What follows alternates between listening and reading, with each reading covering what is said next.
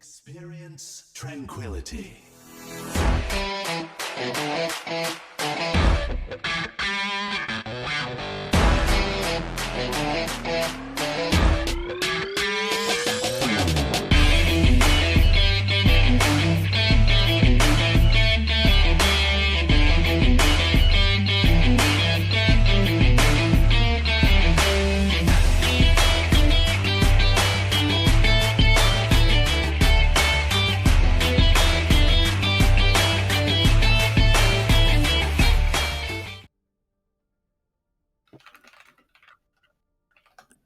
Good evening, everyone, and welcome to another amazing match here at Overwatch Tranquility. Tonight, we are here to see the best of the best of the best. It is the Transcendence Division All-Star matchup tonight. Tonight on the desk, we have got quite a roundabout between myself, Captain Jack, Bard, and Booth with Cavalier manning the cameras tonight. Gentlemen, how you doing tonight? Oh, I'm doing fantastic. I've had a nice smooth sailing day. Did some 1v1s, drank some drinks, and now I'm ready to watch some fantastic Overwatch. That's true. I feel like we have a very special announcement to start off tonight. Bard has joined the Adults Club, right, Bard? Well, in this country, I've joined the Adults Club. That's true. I mean, I forget it's a little different depending on where you're from, but today is Bard's 21st birthday. I know we give you so much flack around here, but I hope you had a great birthday, Bard, today. Pop it off in the chat for Bard, folks. Giving him a happy birthday for today. We always appreciate everything you do here, buddy. So, like yesterday, we're hashtag birthday Bard. Let's get that going. hashtag birthday Bard. There so you much go. better than Blade Bard. So we're going to be working tonight exactly how last night went. We have got some great maps lined up for y'all to see which team will come out on top. Will it be Indigo or will it be Aurum? I'm really interested to see if it's going to be as even keel as we saw last night. What do you guys think? Yeah, I think it's going to be really interesting to see what the teams kind of do here. I mean, we saw Harmony Tier last night being our kind of gold to platinum range, and most of the players here being masters to GM level. So I think it's going to be interesting to see how they play the comps here. I'm kind of expecting like our map 3, which is King's Road tonight, which is no limits and no hero or role limits in play. I'm kind of hoping we maybe just get to see at least a couple of rounds of goats with it. Last night they kind of just went crazy and started pulling out 3 pharmacies and the 5 wrecking balls and a Torb out there, which is fun to watch. But I kind of miss watching some goats games, especially coming out of some of the higher SR players. So I'm hoping at least to see that on King's Row. And you got to think we have so many different changes that have happened to many of those heroes that are involved in GOATs. So it'd be really interesting to see how all those kind of stack up with one another. Is GOAT still as formidable as it used to be? Or is there maybe a crack in the armor somewhere? I think we saw it yesterday. Yesterday we did see briefly triple Reinhardt GOATs. Oh God, it was terrifying. Oh. It was so good. It was beautiful. Oh. I mean, just follow up one chapter after another, right? If you don't get up, you just keep slamming them down. Yeah, that's how you count. So they've nerfed Shatter. You're on the ground for less amount of time. So to compensate for that, you just have 4 Shatters on your team. Exactly. Oh, yeah. God. It makes sense to me. All right, folks, let's go ahead and get things started. Our first map is Rialto. This is going to be your standard 2-2-2 lock. Gentlemen, why don't you go ahead and introduce our starting lineups? Yeah, Booth, you want to take that one? Sure, I'll start with Indigo. Today we have on tank, starting off, we have Brits and Cheddar. Coming in on DPS, then we have Sorcery Pepe and Smugs. And then over on the support to round out Team Indigo, we have Psychic and Pinhead. Yeah, and if you want to get Arum there, Bard. Yeah, on Team Arum, on tank, we have everyone's favorite Team Hopper, My Big Marf, and Omega Ruby. On DPS, we have Peters 6G, and Rocket. And on support, we have Ice and Randy, who I believe used to be Randy Andy, but I'm not 100% on that one. But yeah, this is gonna be quite the match. I think these two games are gonna be really straightforward. Like no roll limits, no bans, obviously, because they're dumb. So I think we're gonna get to see some actual high level 2-2-2 Overwatch for a second here before we get into whatever is gonna happen after that. Well, that's what we would like to believe. Yeah, But well, we hope.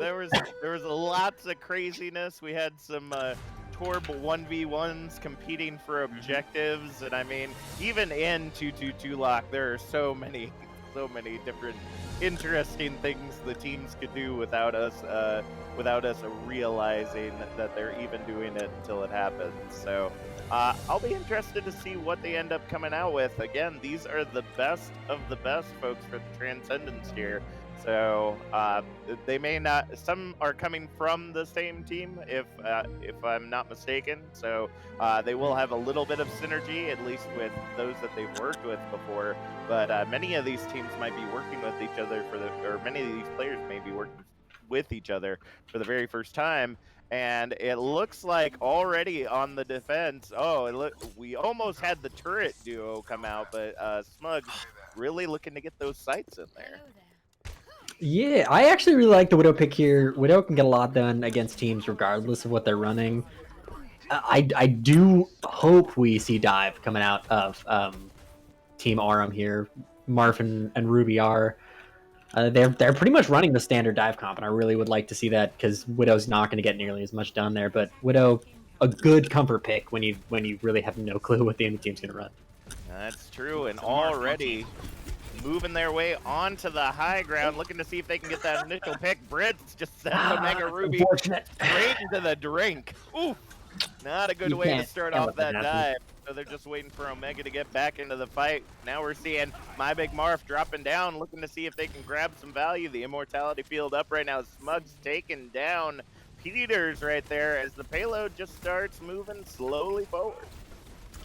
Yeah, Cheddar not landing nearly as many of those hooks as you'd want there, despite Brits setting them up with so many good halts. And now this is where Dive is going to start having its most effective run. You build up that momentum, you can stage around the cart, and then drop onto one target on a time and just take them down. And I do not like Physics' chance in that tiny room against the entirety of a dive comp. And now the sweep is going to be starting for Team Arum. That's right. They absolutely clean it up, and Rocket with the pulse bomb ends up taking themselves out, but Smugs will go with them back to spawn right there. And just looking at their chat, folks, they're just having such a wonderful time with one another. Starting off, ooh, here comes the Primal and the Molten Core as they make their way into Objective 1. That's going to give them 5 minutes to make their way into Objective number 2. Yeah, and I believe match chat is on for the stream. So we are going to get to see. Teabags are also allowed. We've lifted that rule for the All-Star game. So allowed and encouraged. Yeah. So hopefully we're going to see some good gameplay and some quality, some spice. Keep things going. And Peters, carrying on the legacy from last night, gets no one with the Nano Blade. Randy is going to capitalize, though, and get the boop onto Brits. And now the bomb is going to come out. Actually does not get anyone, but does make enough room for Arum to roll through this point pretty effectively. But they're interestingly split up right here. You see Cheddar just holding the objective kind of on their own, but ooh, an anti-nade is going to make them pay for it. That payload moving quickly once again as they get set up for the next attack. That was a really aggressive hold there on the defense. I mean, like, you don't really see teams kind of holding bridge, especially against a dive comp. It's kind of surprising it lasted for that long anyway. But, I mean, it's gotta be, you gotta see Smugs going over to the McCree there. I don't know what made him want to do that. Was it the Doomfist or the Tracer that was there? Now the Genji, was it the 4 people diving straight at him? But that was a pretty good spot. Yeah, I'd say it was the stun. I do like this kind of heavy double shield brawl coming out, though, now with Ryan Sigma. It's a really good way to counter dive, just kind of get in there before they can get anything done. And now Smugs is going to get some kills. But, yep, that is a C9. That's... Yeah, hate to see it, but it happens all too often. You get caught up in the fight. and the payload just keeps moving its way forward. It looks like we will see Indigo lock this down, though, as Aurum goes ahead and regroups just a little bit. We got Peters and Rocket switching over to the Soldier and Doomfist for this final point. How do you think that's going to change things moving into this final objective? Well, I think Soldier just provides so much extra spam damage for that double shield, and Doom ignores the shields. It doesn't matter. You can punch right through him.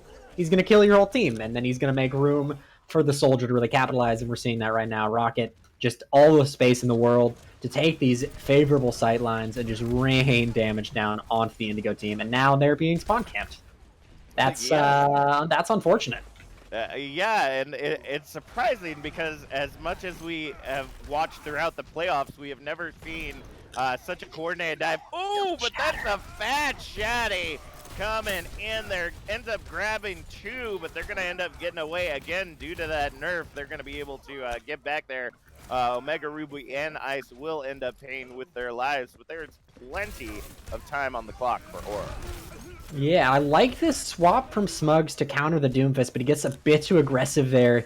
He has to know that there are some stuns available for the enemy team there, and he just lets himself get sleeped and then killed. So not really what you want to see there coming out. But Rocket now coming out with that. Yeah, Battling Bastion, but Oh my Brit's God. gonna immediately take out My Big Marf after the gravitic flux right there. The Molten Core now coming up, and they're just gonna go ahead and clear up the objective, put Rocket into parts. You know, the things that the defense usually pretty good at. I gotta say the Bastion is interesting based on what they've been running so far, but I guess if you got to get through a double shield one way or another, that's a pretty good way to do it. Yeah, well, Shield I said pressure. Shield yeah, pressure. said Shield Soldier. pressure. Soldier for the shield pressure, and if Soldier's not working and you need more shield pressure, you can really only go up with Bastion. That's right. Diva Bomb coming in from Omega Ruby. Looks like it's not going to get much of anything as the Nano now going in on to Brit. Oh. They're going to go ahead and get the double kill right there with that Shatter. Meteor Strike, though, coming in from Peters, getting a double of their own. But Smugs is going to shut down incredibly quick. And once again, we see Indigo continuing to hold this objective with about 2 minutes on the clock. Yeah, absolutely. And Rocket is now going to swap over to a sensible pick here. He's going to pick McCree. Not as much shield pressure, but I think he's more worried about Smugs here on that Doomfist, putting a lot of pressure in the back line and just being able to take down those tanks more reliably with that stun. And never mind, he's died to Smugs. All right. That, my friends, is an uppercut. Yeah, that's why I don't. Rocket. And I just love kind of this mirroring dance that My Big Marf and Brit's got going on here. They're just kind of swinging at walls, but also kind of looking at one another. It's almost like looking at your dance partner from across the room when the He gets the 180 comes down and the Molten Core to follow, but gets absorbed by Cheddar right there. And My Big Marf just gonna go ahead and clean things up. Pinhead though, real sneaky Lucio, gonna get caught out and slept as Rocket takes him down. Now the Nano going in onto My Big Marf, unstoppable the man is as they move their way in. Now it's a double Nano Ryan battle as Brits gets theirs, but that payload is moving furiously into objective number 3. Let's see if they can stop it. Yeah, Sorcerer Pepe with a big pick onto Rocket there. Now Rocket's going to swap over to the Tracers to get back on time, and Marf at just blocking the Shatter. He got a 180 Shatter in the last fight, and the beat comes out from both sides. Much more effective coming out from Team Aurum here. Marf does get the Shatter and the charge kill, but not much else, and now his team really needs to pull back in this. Well, they only got 20 seconds left on the clock, so they got to figure out a way to get in here and do some damage. You see the DMAC now coming in for Cheddar as they try to hold. Meteor Strike in from Peter, looking to see if they can grab someone, anyone, but the Pulse Bomb from Sorcery will grab Ice.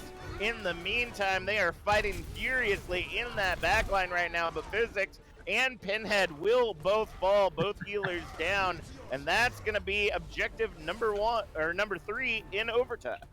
Yeah, and Rocket is, I believe, going to get the first teabag of the night, coming back on Tracer and teabagging Sorcery Pepe, who was the opposing Tracer. And that, again, we said it last night, and I'm going to keep saying it. It's not about whether or not you win the game. It's about getting inside the enemy's head. That's what the right. teabag NPC proved that. NPC so proved that. How many times did he like shatter someone and then just go in for the teabag and not even like try to follow up on the kills? And that's what we really need to be seeing. Absolutely. I even tested that myself in playing Overwatch last night for the free for all. Worked out really well for me. Teabags win games, fam. Teabags win exactly. games. No one's gonna shoot you in the free for all because they're just too scared of the kind of the mental dominance you have over them now. Absolutely. And you're just seeing them. Like no one's looking at you. That's when you're most dangerous. All right, it looks like going on the defense, though, Peters is going to be the one to come out on that Bastion with a Rocket on the Junkrat. So they're looking to spam out a lot of damage, whereas right now in Spawn, it looks like we're going for the Shimada Brothers strat with the Hanzo Genji. You do have that Grav Dragon that is incredibly powerful to use. Oh, interesting. I didn't expect them to set up there. That's I love this defense. I love the Junkrat has that spam potential that you're gonna think, all right, that's definitely. Oh, but he gets seen by the Hanzo arrow. No. Oh, okay. You know what? Worth it, Mark. No. Mark, worth it. Again, not about winning. The Gengu deflect. Anything The but that. is in chat.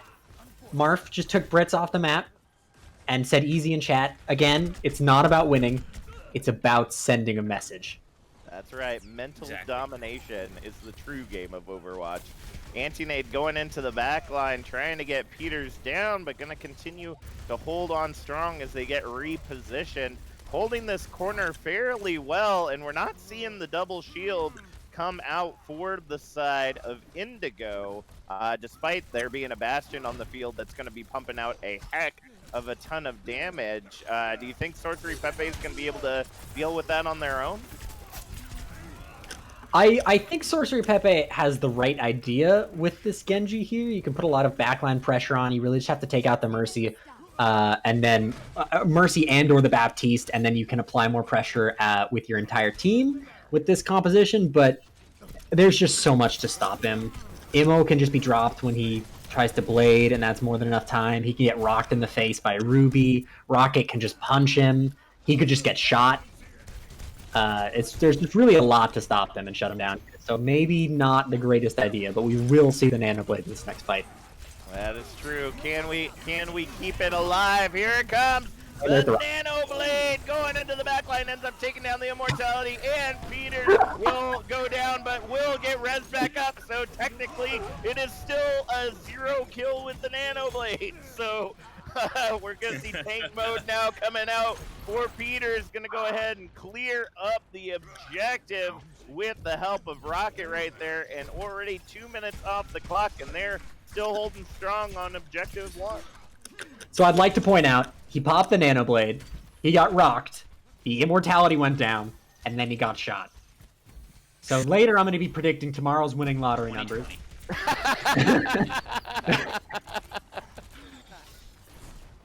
I mean, it just seems to be the and he's been punched. There we go. I hit 4 for 4. The tactical crouching from Rocket. Beautiful, beautiful. That mental dominance once again as we see the charge coming back in. Rocket and Peters just tearing everybody down. The Meteor Strike ends up missing Pinhead just barely, but they're going to continue to hold on to this, and Smug's taking the Sombra approach this time around. Yeah, I like the Sombra here. The EMP can really shut down both tanks. It can shut down Peter on the Bastion. It can still shut down both DPS now that Peter swapped over to the Echo. And the hack is going to stop. Oh, that was massive. The Gravitic Flux. I'm gonna assume that was an Oh, attempt at a 180 shatter that just was a couple degrees off right there. Didn't end yeah. up getting much of anything. And now Indigo is making their way furiously into objective number 1. I don't think anybody's gonna be able to contest this. Yeah, that is the upside of having the Sombra. The hack stopped the Sigma ult for Omega Ruby. The hack shut down Marv when he was trying to stand back up. He got hacked and then domed. And he just took down 4 with that SMG that just does a lot of damage. And then Marv, once again, taking Brits off the map and then saying easy in chat. It's not about winning. It's about sending a message. Well, that message is coming up loud and clear with 2 minutes 30 seconds on the clock right now. They are making their way very quickly to objective number 2, despite all the time wasted the first time around. Another Nano Blade coming in, looking to see if it can grab some value. Will end up getting ice in the end. I don't think anyone gave Sorcery Pepe the memo on how Genji blades are supposed to be used, so we'll let that one slide, Sorcery. We'll let it slide. Yeah. It's so hard to play Genji right now anyway. I mean, like, we gotta give him a little bit of a boost or something. There's just so many stuns to it. It makes it so sad watching like those year 1 Overwatches. You can see all these sick Genji plays, and now it's just like, oh, alright, there's Marth off the edge again. I think it's Marth's like 6th or 7th time going in the water. Brit took Marth off the map and then said I think easy. He took him off the map and he said easy. Brits has returned the favor. Good. That's all that matters in the end. You know, keep your friends close and keep your enemies in Overwatch off the side of the map. Exactly. All right, going back into the action right now, we see a high ground being obtained here by Aurum as they go ahead and try to lock down the payload, but ooh, sneaky Sorcery Pepe on that Tracer, trying to see if they can get on the payload and just kind of push it in without anybody noticing. But a nano. Oh, he gets punched! Rocket! Punching out Oh. the EMP. Ooh, Oh. that's an F in chat, folks, if I ever seen it right there. That could have been huge, but Rocket was like, nah, we're not gonna That do is that. unfortunate. We see the L's in chat. You can hold on to that one, Smugs. That is huge right there. 30 seconds remaining on the clock. Sorcery Pepe still trying to get in the back line. Will get taken down by Omega Ruby. Diva Bomb perfectly placed by Chatter. Ends up getting 2 as they go ahead and push their way in. Gravitic Flux now coming out from Omega Ruby as they try to continue to hold on. That payload is moving its way ever closer. B-drop now coming in from Randy, looking to see if they can hold everything together as the D-Mech ends up coming in on Cheddar. Pulse Bomb able to get Omega Ruby. The numbers are up for the side of Indigo as they continue to fight things out on the cart. Can they take it? Can they make it happen? Because the spawn feed is huge right now. Peter's gonna get one as the shatter comes in from My Big Marv, trying to hold on as long as possible. Omega now coming back in as the ball, trying to see if they can hold on to this objective. They want overtime to tick away as quickly as possible, but Cheddar is holding on like you see those beautiful aged Cheddars in the store just doing everything that they can to age correctly and be so sweet and delicious. But the shatter is gonna spice things up. Brits coming in to save the day right there as they continue to just swing that mighty axe. Oh! But in the last minute, will get taken out by the bouncing baby frog, and that will be a win for Team Aurum. Yeah, Ice with a fantastic play right at the end there. Turns around and sleeps Sorcery Pepe from about 20 meters away. Lets Rocket get that kill, and then lands the ante onto both Pinhead and Brits, the only 2 people alive for Team Indigo, and allows, I believe it was Peter. Yeah, it was Peter 6G on the Echo to just clean up there and help his team win. That's just a fantastic showing from Ana. And I think a good swap off of the Baptiste. Bap gets kind of neutered by Sombra when you run a Sombra on the enemy team. So when Smugs swapped over to that Sombra, showed that he did not want to let the enemy team have any fun, use any of their abilities. it was a good swap by Ice over onto the Ana. All right, I'm gonna go ahead and set up our next map, another 2-2-2 standard, but this time around we're headed to Route 66. So I'm gonna let you guys go ahead and take this over while I get us set up for our next map. Yeah, we're still going to be doing the same 2-2-2 that we've had originally here. A couple of subs will be coming in. Not as many players for the Transcendence tier All-Star game that we had compared to Harmony tier game last night. If I'm not mistaken, the subs will have coming in. Shinobu will be coming in for Smugs on DPS for Team Indigo. And then for Team Orem, we have swaps coming in with Rosen coming through on DPS for Rocket. And then Sumeri will be coming in for Ice on support. So 3 swaps coming in. Those will be the only ones we'll be swapping here throughout the night. But it's going to be interesting to see because we still have basically the same tanks on each side here, and there will be the same tanks for the whole night until we start getting to the kind of funkier game modes. But 66 offers a lot more dive again, and seeing how much some of these teams wanted to run dive, are you expecting to see that again here, Bard? I want to see it again here. Whether or not I expect to see it again here, I don't know. The thing is, we saw Dive come out and immediately lose. And most of these teams, and most of these players, you know, they don't want to lose. It's personal for them. It's not about it's none of these teams really care. I think about really just straight up winning the game. I don't think any of them are tryharding in any regard. But you want to win. You want to beat them. You want to beat the enemy team, and you want to have fun. And it's not going to be fun if the enemy team just runs brawl into you and bodies your dive. Fair. I mean, we saw what Sorcery Pepe ran Torb for a good amount of that last map there. I mean, you see how strong Torb's been recently, let alone against some of these dive comps. You saw how much it completely shut down Second Chance with Smugs running the Torb for most of the Transcendence tier finals and how much it shut down the side of Rebellion. So maybe a little hard there. I mean, I feel like tonight we're going to see heroes kind of playing some of their favorites. I mean, we did see them running the Genji for a while, although it didn't go too well.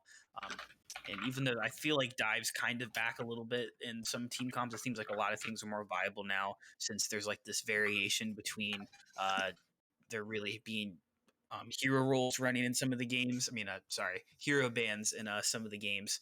So teams still trying to figure that out a little bit. What's the strongest comp at the moment? And it seems like that anti-dive is really strong right now. And I mean, some of the heroes are kind of fun to play.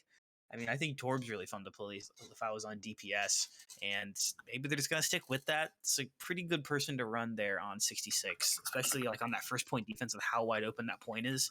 If you get that turret just like in the perfect spot, that'd be pretty nice. But also, again, like as a tank player, this is like my favorite place on attack to be running Wrecking Ball. So maybe we'll see that coming out of RM at the beginning. I think Marth plays a pretty mean Wrecking Ball. I'm sure both tanks are good at around a whole entire roster there, but I'm still hoping to see it. I mean, maybe some dive with some echo, a lot of wide open spaces there for them to run it. Yeah, I think Echo. I talked with a few people about this off camera pre-podcast on Monday, and the strongest comp right now seems to be double shield with an Echo, but at the same time, dive is relatively viable right now, especially compared to where it's been for the past 2 or 3 competitive seasons, where it's been just terrible, unplayable. And Brawl actually seems to be at its weakest. But then again, you see a lot of teams pull out the Ryan Sigma and kind of run Brawl double shield. And it still works. And so it really is just a really weird state of the game where you can kind of do whatever you want and kind of play rock, paper, scissors against the enemy team. But you can also be at the point where even if your comp is worse than the enemy team's comp, like on paper, as long as you're better, then you're still going to win. And that's a weird place for Overwatch because there were teams like back when Goats was meta who weren't better mechanically, but they played the comp better. And so they dominate. And I think we saw that a bit. Right? Yeah, it's more about team coordination and synergy than it is about just being a better player. Mm-hmm. And I think we're seeing a bit more of that with teams that are making dive work. Yeah. Than the teams that are playing like the standard double shield and just rolling through people with their mechanical skill essentially on their DPS. Mm-hmm. I mean, the Torb turret really helps out there a lot. I mean, not that you can't get a lot of value on Torb without the turret, but I mean, it kind of helps when it hits every shot. You don't have to worry about your aim as much. Yeah. I think that's kind of the reason why Ashe is so good right now too, is you can just toss Bob out there and you've got you essentially got a third tank and a third DPS all at once. Mm-hmm. And he can cap point for you. And he doesn't miss shots. The medium range aspect of Ashe is really good too. I mean, like the damage fall off, especially with Dynamite. Dynamite, it has to be. I don't know the numbers. It has to be pretty much some of the best burst damage you can really get on targets now. And I mean, just because like the range fall off, especially on maps like 66, where it's a little more open on this first and second point. I mean, you'll start to notice the fall off on Korean Soldier, and I don't think Ashe's fall off is as strong, but don't quote me on that. Probably should know that. I'm not a DPS player. That's kind of that's my reasoning behind it. I don't need to worry about that chunk. I just have to like kind of know about the tanks and like slightly know about the supports. But like the DPS ones are just up in the air. Yeah, I as a DPS player, it's weird right now. It's I'm not sure what's going on with it. There's a lot. Ashe seems to be really good, but then again, Echo seems to be really good. But then, like, Double Shield's fantastic, and you can kind of run Tracer with Echo on Double Shield, but you can also run Dive and run Tracer with your Echo. But then if you're running Dive, you might want some long range, so you can run Ashe again. And then if you're running Double Shield, you kind of want that shield break. And Hanzo's kind of okay, not really in a terrible spot for Double Shield, especially if you want that extra shield break. And then, like, it's just everything. There's so much. And then Torb's good somehow. I don't know. It's a really weird spot for DPS right now in competitive Overwatch. It's a fun thing to watch though, right? I mean, like it's a little harder to cast on our end, I think, sometimes because I'm not really knowing how to analyze some of the comps that I don't fully understand yet. But it's really interesting to just like to be as a spectator. I mean, back when you were doing the GOAT stuff, it was fun to break down and analyze the little micro plays people were making because we were able to figure out what those were. But it's fun to see how teams can experiment around and really show off on some of these heroes. I think you can individually really succeed when maybe the team level of coordination isn't what's winning a lot of these fights, like someone just popping off on a hero and maybe not having the counter composition to counteract that hero in the first place. You get to see a lot of really cool plays. Like, that's what like Nano Blade was always big. And I think you get to see some of these Echo 4Ks. What did we have last night? Sigma was good. We had so many Sigma plays that were crazy last night too, with some gravitic fluxes because there wasn't really any support alts there to counteract them. And it's really fun to watch. Yeah, I mean, right now, Overwatch, and part of this, I'm in a controversial opinion. I think, as a spectator, hero bans are good for the game. Fair. And I know that there are people who are like, I don't want hero bans. And look, I don't want them in my games when I'm playing either. But if I'm watching the games, man, I want those hero bans in there. I want to see new things. I want to see teams try and work around it. And I like that a lot more of the time, it comes down to pure mechanical skill and just like pop-off potential for a team, and not just, oh, well, we can run D.Va slightly better than your team, and that's all it takes for us to beat you. I don't like. I think it's.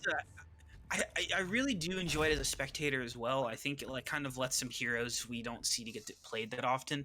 The only like real reserve I have about a lot of it in the pro level, I'm definitely okay with it not being in like the diamond and plat and even like those kind of games. I mean, those games are already fun enough for me to play in the first time. But I think it's tough with some of these like these higher level teams that are scrimming and have to have comps ready every single week for it.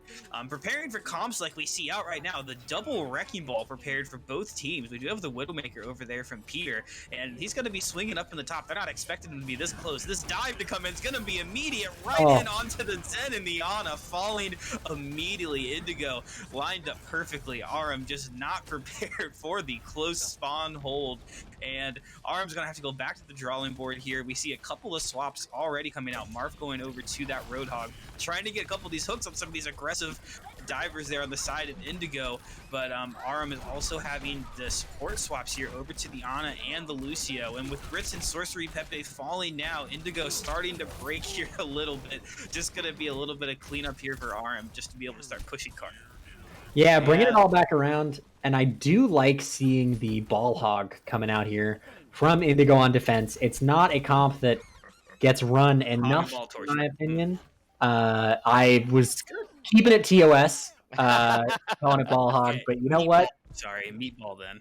Meatball's fine. That works too. But I like seeing this, and I think that the Diva is actually a really good counter to this composition that they're running. I don't know if it was a read or what, but it's really good at shutting down physics. It shuts down both DPS that are going with the ball hog, and it just allows you to put pressure on those supports so much faster. Ooh.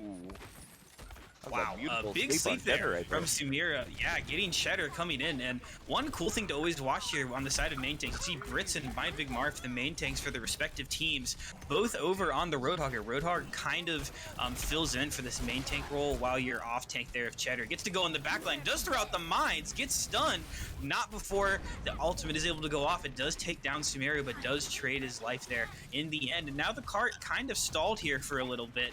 And looks like they're just going to try to let the respawns from Indigo come back in, getting some D-Mex. And now they're just going to have to hold back here onto the end, trying to get some of these picks here from Peter. But Indigo now have the kind of the high ground here, and they'd be able to hold a little bit better.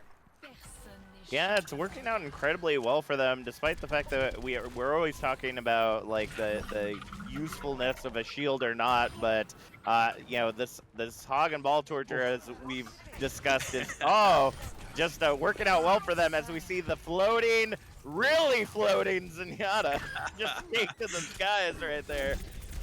I think we should give Zen some kind of mobile, like vertical mobility.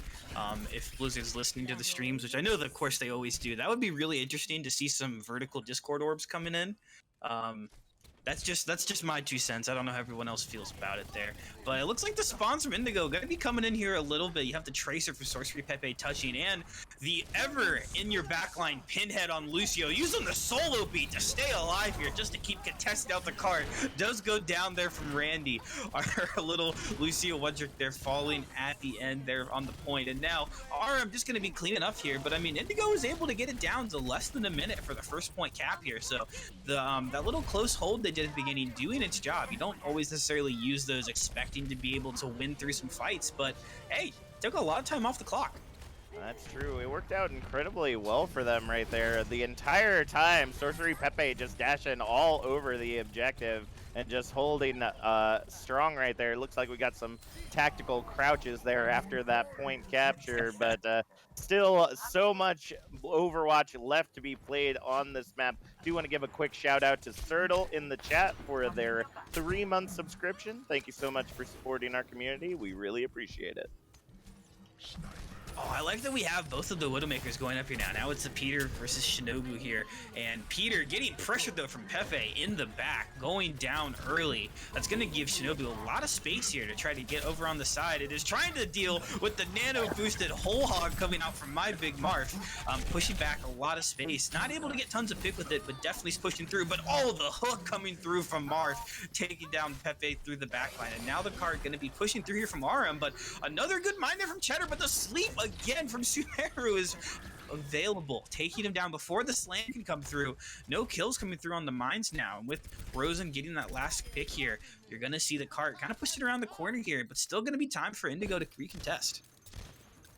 Those sleeps have just been absolutely on point for Sumeru this entire game so far, just over and over again, taking care of Cheddar and various others. Sights now. Oh! Triple pulse bomb! Oh my goodness. Rosen coming in massive there, already ending the fight before it starts. Brits does get the pick there onto Randy, but I don't think it's really going to matter there too much. What a... Already back up to 43% to the next pulse bomb too.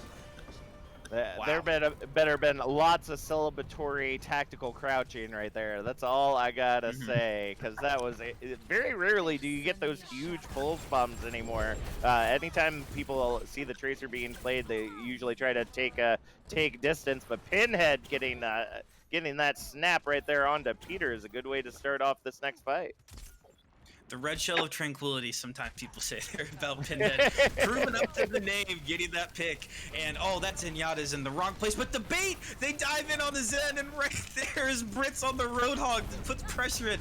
We see Omega Ruby have to use the self-destruct there just to get the remake in. And now Indigo's going to push forward, take up a little bit of space here. Randy doing a great job holding there on the cart, avoiding the headshots coming in from Shinobu. But now the Tracer's falling. You see Aram looking like they're going to be holding a little bit better here, getting the picks they needed. Peter winning that Widow duel now. I think we haven't seen tons of the Widow duel going on. I think the Lucios have kind of been dealing with it more than the Widowmakers have. But now with the Nano Boost going on to My Big Marth, actually, and we see the Transcendence coming out to try to counter this year, really close to this whole hog. It's going to be, Marth's going to be right in their backline to pop it here at the end, and throws it right in onto Cheddar, who uses the bubble and gets just away.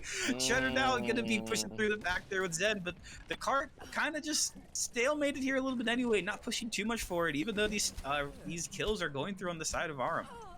Yeah, Shinobu winning that oof battle now, I believe 2-1 against Peters as they move their way in, but with it being just Widow against the rest of the team trying to move into this, it's going to be hard for them to hold the cart. Now that the team is back, though, they might be able to do so. Bard, what have you been seeing here so far? I know you just got back for us, but what have you been catching here from the side of Aram? Well, you called Pinhead the red shell of Overwatch Tranquility, and I'm seeing a lot of that because he is very aggressive getting these first picks, and he's spending a lot of the time dying immediately afterwards. And that's the red shell experience, if you ask me, right there. So really great there. I am liking the Tracer gameplay coming out of both teams here. I think Sorcery Pepe and Rosen both have just been putting on a clinic, finding some really great positioning and capitalizing on both of their Roadhogs, which is really all you need to do on Tracer. They get that hook, you should need to be following up on the damage. If they have to take a breather, you should be there to pull some pressure off of them. It's just really great Tracer gameplay coming out from both of them. It is really fun to start seeing some of these DPS who I'm sure have played a lot of Tracer back in the earlier seasons with Dive being so prevalent, and probably a lot of these higher SR players are missing to be able to play that. And now we have Sorcery Pepe going to be looking for a Pulse Bomb here out of the side.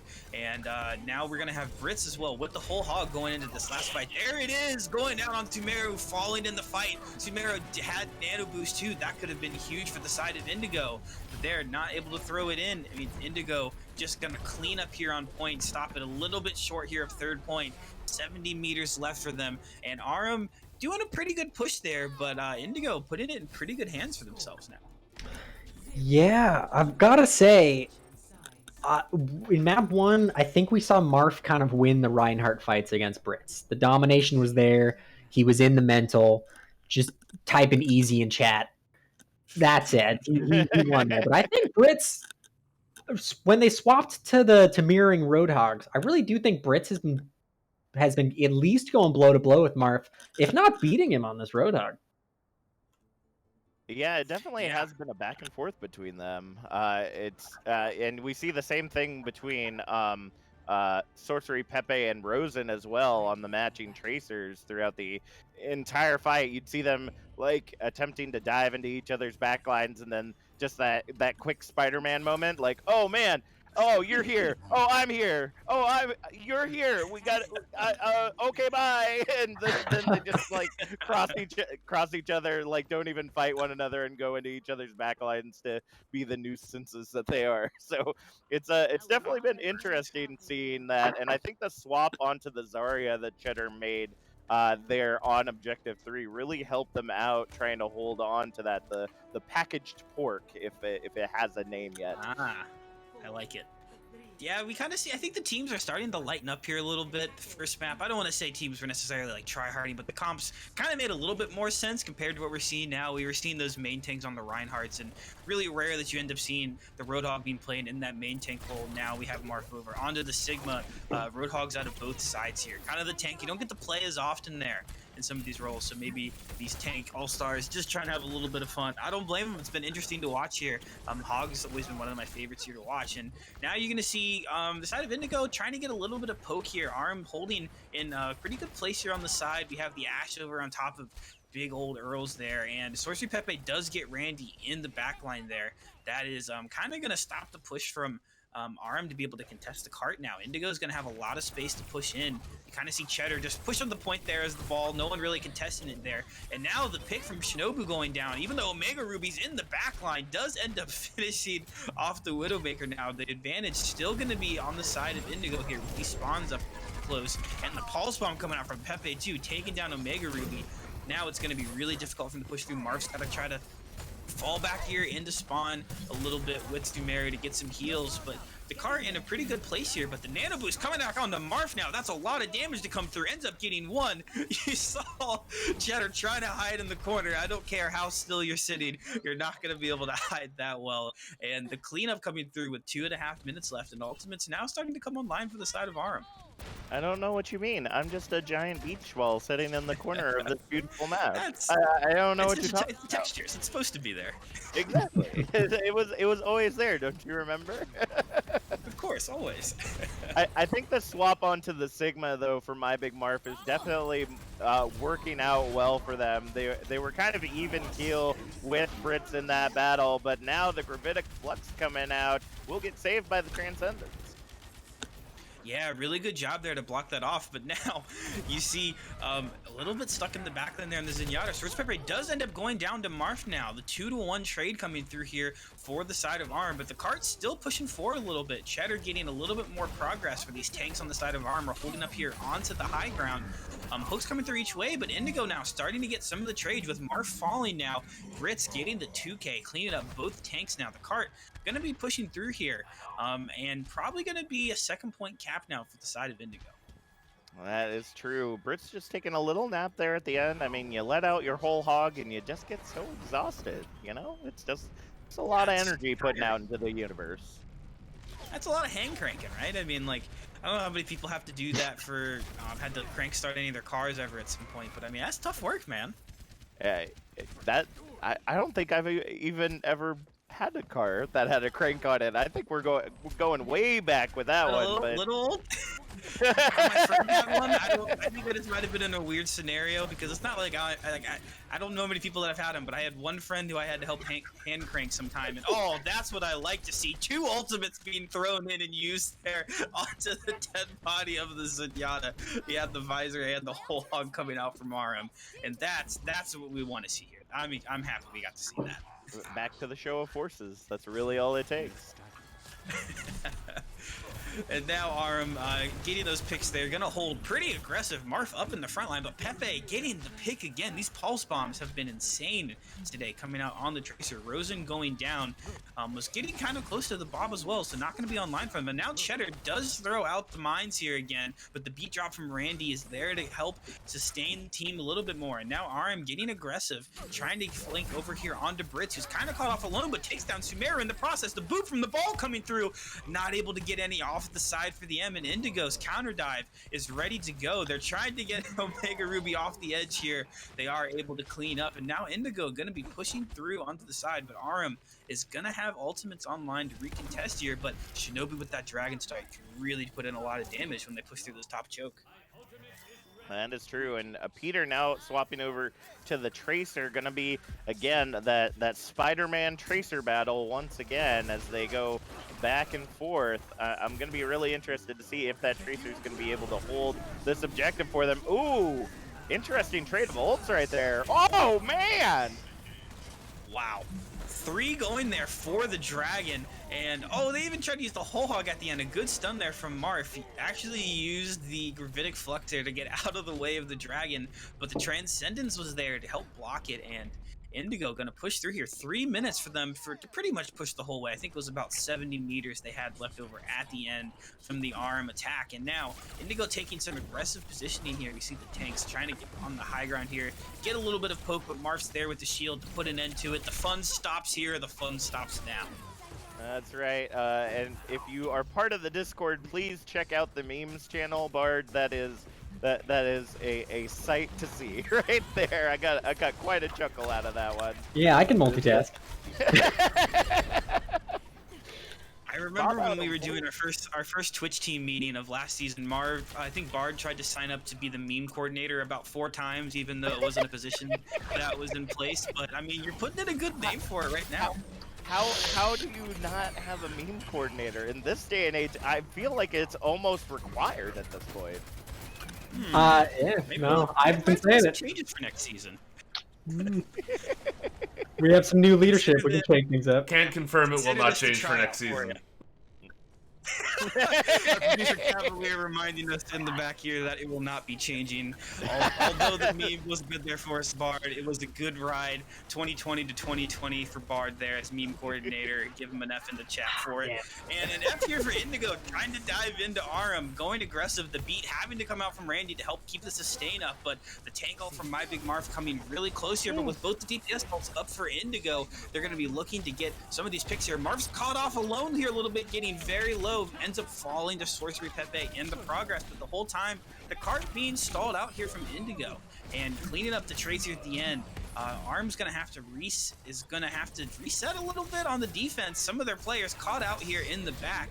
A whole minute and 20 left, but wow, a Transcendence from Sumeru coming out just to try to contest the cart here a little bit. The Pulse Bomb comes out, Marf coming very low, needs to get the Gravitic Flux off, goes into the air, but the sound barrier from Pinhead is there to block it. Now with the Dragon Strike coming towards the card, Omega Ruby picking up the pick there, also onto Sumeru. Trades coming out each way, but it looks like Aram is the ones on top here a little bit with the positioning as well, stopping the cart just 5 meters before it got to the end, and 50 seconds left here for Indigo to be able to push through to third and get the win on the map. See, that was an incredible trade at the beginning of that fight, and it was a little elongated because Cheddar ended up starting out by taking out Sumeru, who had just gotten the Transcendence that would have held everything together there for them to hold it a lot further back had they not gotten taken out by the ball so quickly. But it looks like they're going to continue to hold here, but with Randy still quite a bit away from getting that beat, the Transcendence might get up in time. They're going to have a hard time holding this. The Bob thrown in to help contest here a little bit, but it goes down basically instantly. Indigo doing a good job focusing it down. The cart pushing forward here a little bit. Here comes out the Transcendence. Going to be up here for the side of Indigo as well, but the Zenyatta died too early into the fight, and now Omega Ruby picking up a 2K, cleaning up around the cart. Brits is able to get one, but it's not going to be enough. They're not going to be able to touch the cart. And Aram picking up the second map win here on a very, very closely contested Route 66. That's absolutely true. This has been, despite the fact that they're not running really traditional comp, so to speak, it is incredible just how close, and that beautiful triple pulse bomb there from Rosen. I'm just sad that there was no tactical crouching. That deserved lots and lots of tactical crouching right there, folks. It did. It should have had more. We'll file a complaint about it there at the end. I'm gonna give a reminder to everybody to please do as much as they can. Well, Yeah. Bard, do you have anything? Yeah, do you have anything to bring in here for us on this last map? Well, I would break down the gameplay, but the banter is just so much better, and I just want to discuss after the hold first half. Pinhead did in fact type in chat GG easy. It played out the standard replacement that Blizzard has put in, but as soon as the hold finished, My Big Marf was the first person in chat, and he also typed GG. And I gotta say, Marf looked like he was losing, I would say about 60-40. He was winning about 40% of the fights against Brits, losing about 60% on Roadhog, but he has to be in their head. He's playing purely for the mental here. He doesn't even care about the numbers on his scoreboard. He just wants to live rent-free in Brits' head. And I think it's got to be worth it. Of all the maps and games to do it on, this is kind of the one. But we're going to take a little bit of a quick break here, get ourselves set up here, coming in for the third point. But don't go anywhere. Still 3 maps left to go here. We have our no limits, no hero, no roll lock here coming in on our third map. So don't go anywhere. We'll be right back here very quick.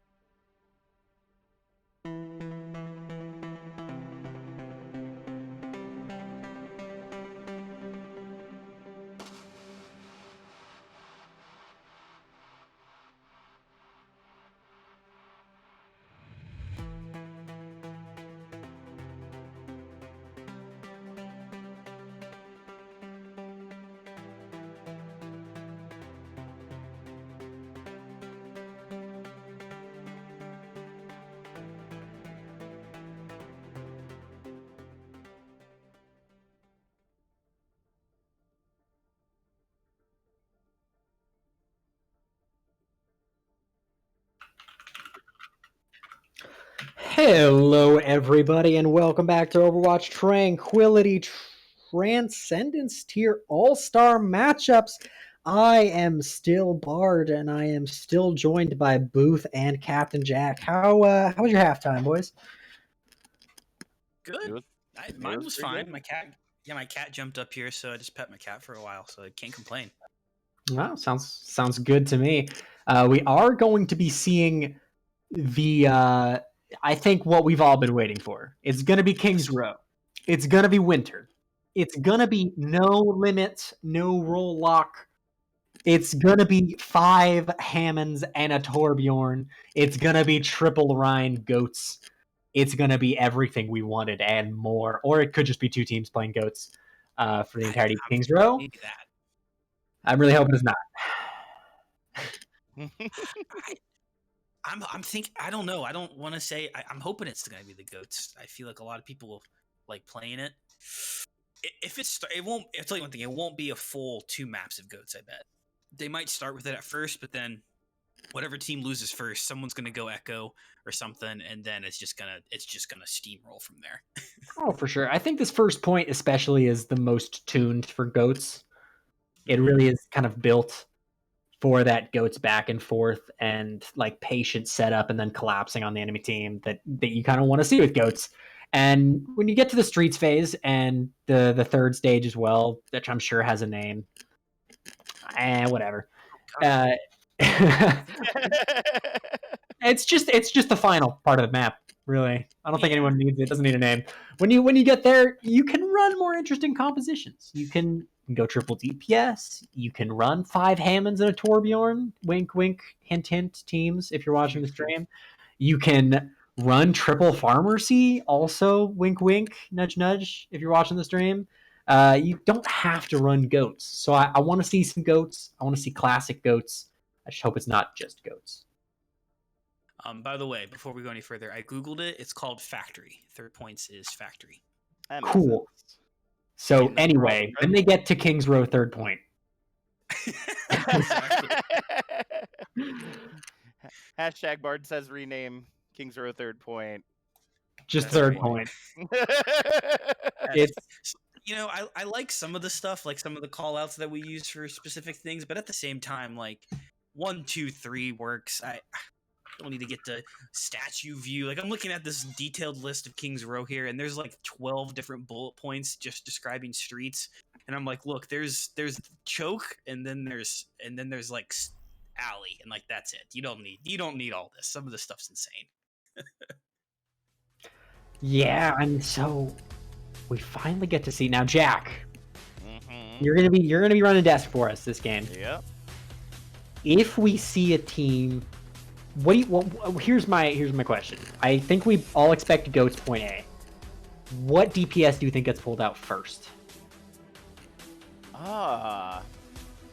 That's an interesting question right there. I mean, you could essentially continue running goats with a Bastion on cart and make it a modified pirate ship. Oh. So you could run something if you want to be deadly and dangerous like that. We could see what we saw last night with the Triple Far Mercy. If they wanted to switch completely off of goats.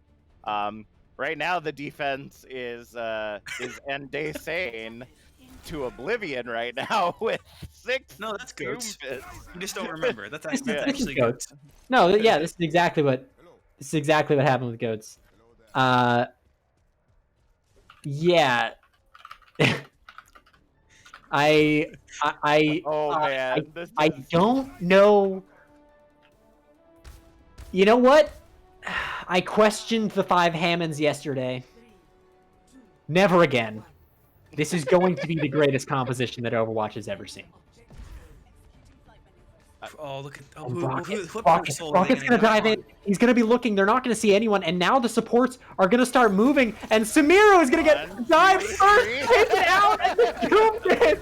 There's too much. My Big Morph also taken out, but Omega Ruby, the Echo pulled out here. Neither team actually running goats, but the Echo gets punched by Smugs, and now it's just chaos as the Doomfists try and survive as long as possible. They do get taken down by the Moira. Too strong of a DPS for the enemy team to deal with, and now the first point is going to be taken, and Indigo is going to be swapping over to 6 Torbjorns. This is how Overwatch was meant to be played.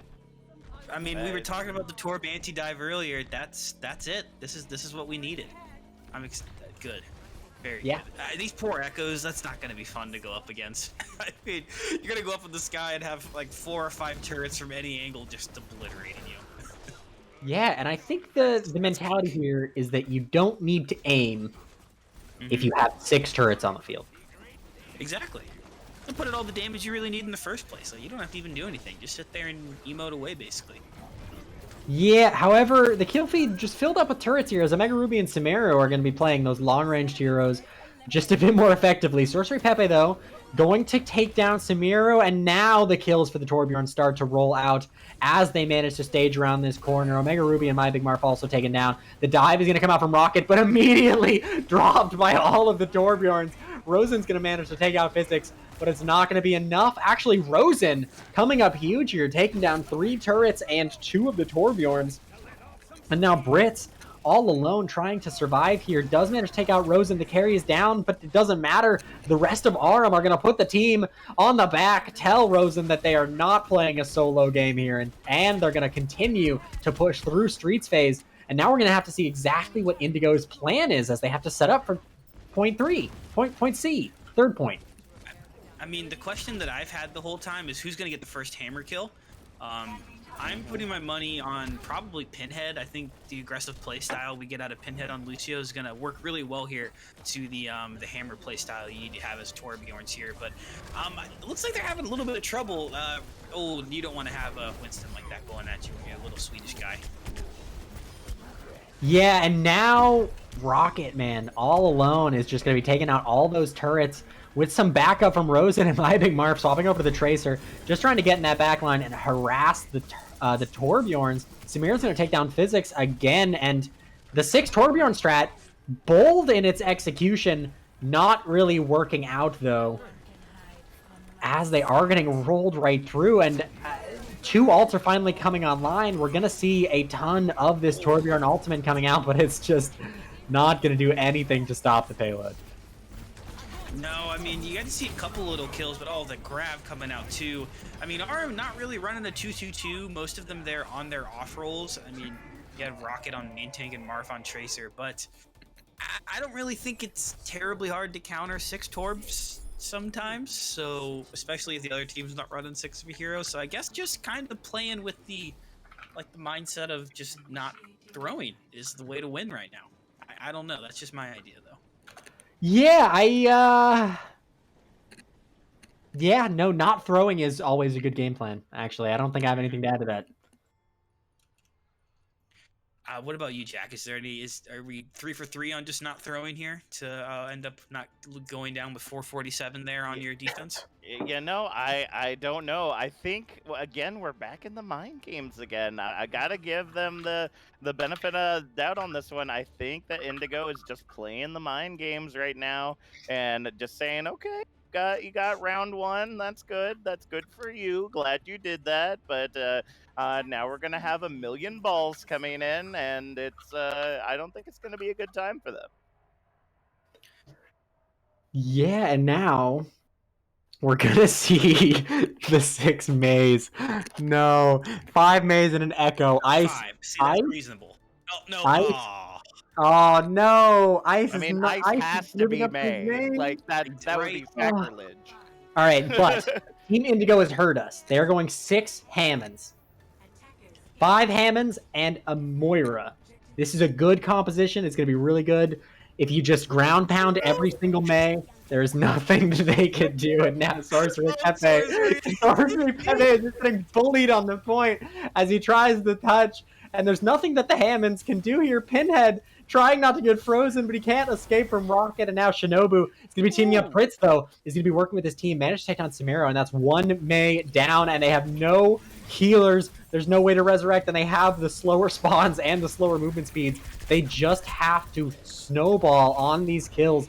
The Hammonds, though, are going to be taken down. My Big Marf takes down Brits, and there's nothing you can do when your whole team just gets frozen. Smugs gets domed by an icicle from Ice himself, and he's just taken down, and the May composition. Samir is going to swap over to a Roadhog, and it is going to be 5 Mays and a Roadhog here, and I don't think there is a way to survive against this composition.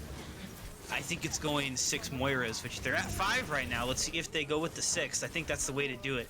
It is. Yeah, I mean, if there's anything worse than 6 Mays, I think it's 6 Moiras. And I mean, they're starting to throw out the ultimates. The stall is just insane. You can get out of this. Rosen got 2 there, throwing out the Blizzard. But it's gonna be so hard. There's 3 Blizzards left to Shinobu takes out Ice, but Samir and Rocket trade it back. And what we need to see is the coordination of a world-class ping pong team here. They need to all be throwing those damage orbs. The skill orbs themselves need to all be going in the same direction at the same time, because there is no one on this earth who can survive against 6 skill orbs running them down. I mean, Smugs went down too. Smugs had the coalescence. Take it down. They keep just going with these fights here, and I mean, I don't want to it's really hard to kind of group up, I guess, when you're running 6 Moiras. But I mean, man, just pick a target and I'll throw your damage orb at it or something. There's no way you're not going to be able to burst something down with it. They still have 2 Blizzards left. It's already. If there was a Blizzard left on a minute 50 on your attack, you had to go up against on King's Row, you're already basically saying GG. But there's 2 Blizzards. That's a terrifying. There's 2 Blizzards, and Ice will be coming up on his next one pretty soon with the way that this enemy team is coordinated. Sumiru, there hasn't been a single fade that's dodged a hook yet, and Sumiru's coming up on the whole hog. Rocket and Ice both coming up on their Blizzards as well, and it's going to be at least 2 Blizzards when the coalescences come out, but it's probably going to be 4 here. 3 for sure. I think even with 6 coalescences, you just don't stand a chance. The spawn camp too. Oh no, Smugs just used all at the end. I think Ice had a 4K in that previous fight.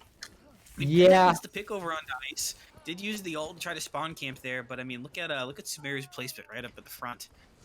Oh no. And Smugs is gonna swap. Oh, Smugs swaps over to Pharah, immediately gets hooked out of the sky by Sumiru. Sorcery Pepe is gonna swap over to the Widow, get 1 pick. This Widow actually could be a really good counter pick, taking down these Mays quickly. Smugs manages to get another one, and they're learning slowly on Indigo team that just running 6 of the same hero is not going to be very effective.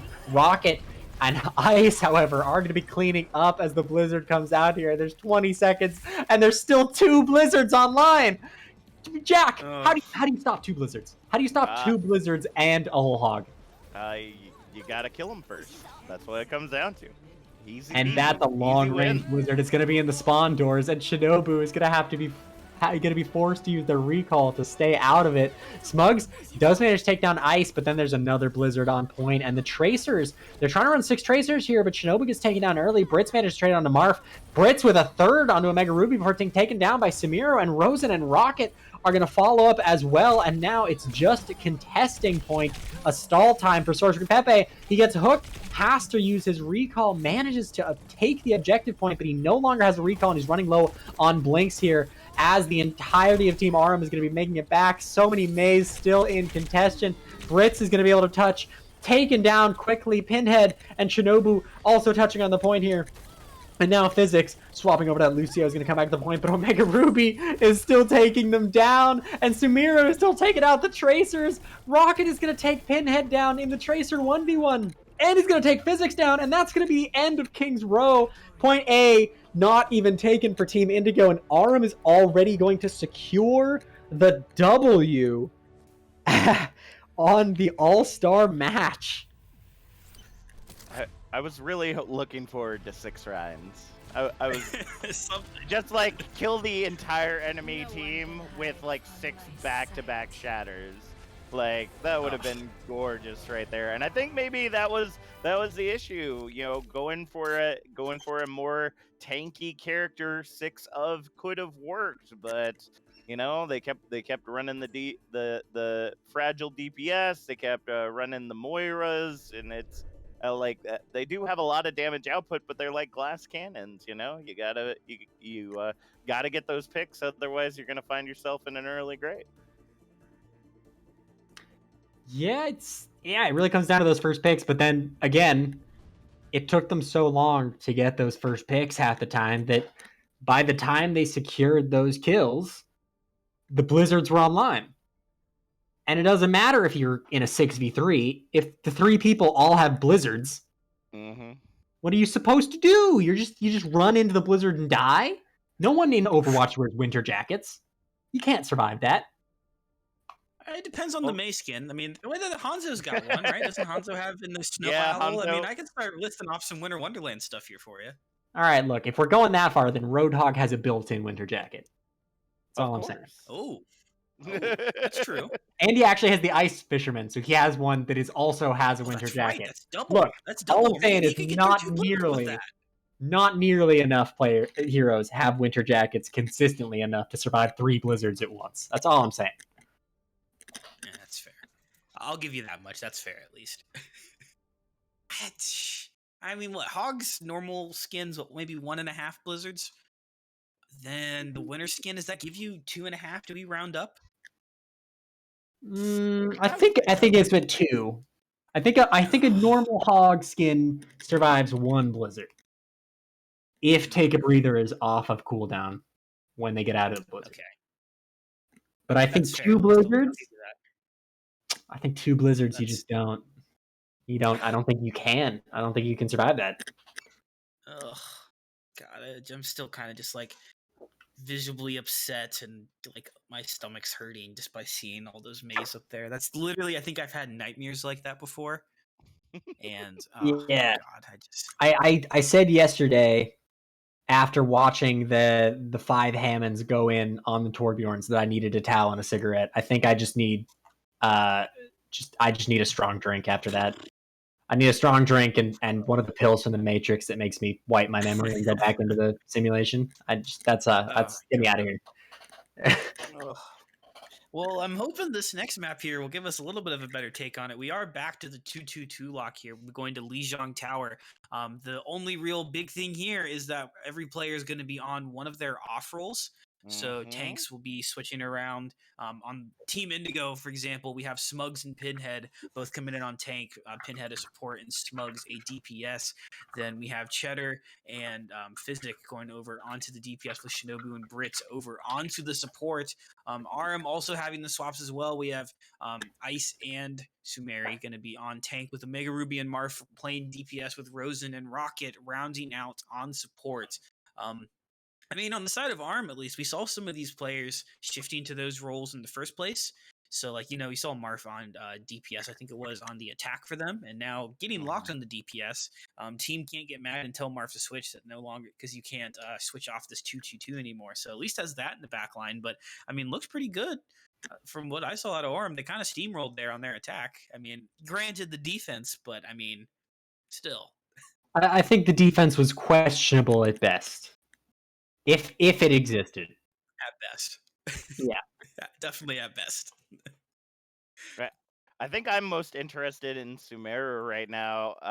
They're talking a lot of big tank game there in the chat. So let's go ahead and see if they can make it happen as we head to Lijiang. Yeah, Sumeru talking some tank, talking up their tank game on Reinhardt, whereas I know for a fact that Ice actually has a pretty solid Zarya, so I think we might be seeing some brawl coming out from the side of Team Aram, which on Lijiang gets countered pretty hard by the Orisa Reinhardt. So I think we might see some genuine strats coming out here in the off rolls of all maps. I don't know what to think of that. If we genuinely just played No Limits and didn't see goats one time, but we're gonna go into off rolls and see genuine strats, I don't think I can cope. I think I'll need to leave. It definitely is looking interesting so far, but as you predicted, they are going with a, well, sort of brawly composition. They've got the Ryan Zarya, so you got the key tanks right there. You got Rocket on the Lucio, so you're going to have that speed boost to be able to roll in and do a lot of damage. Omega Ruby and My Big Marth swapping off the tank onto the DPS, coming in on the Torb Doomfist.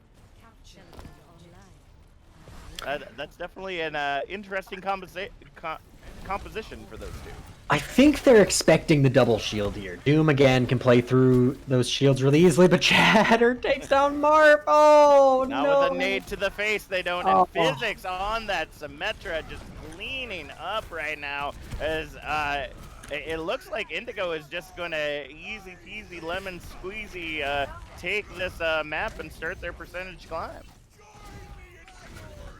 yeah, that's really just the power of Junkrat.